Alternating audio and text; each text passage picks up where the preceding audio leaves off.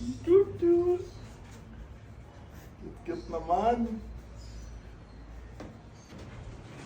Abi, picture mo nga kami ng aso ko. Oh. Picture ako kayo. Okay na. Wala ka bang pantanggal dyan ng balahibo? Puro balahibo na ako eh, oh. Oh, eto na oh. Tanggalin mo na yan. Ito. Puro balahibo ah. Ano ba yan? Puro balahibo eh. Makanood na nga lang ng TV para may magawa ko dito. Lo, bakit yung remote may mga balahibo din? Lahat na. May pagkain ba dito? Nakakagutom naman, no? Oh, naglutoan kita. Yun. Okay ka na dyan, ha? Okay ka na dyan? Tubig na nga lang. Wala ba kayong tubig dito? Ano naman? Oh, ayan oh.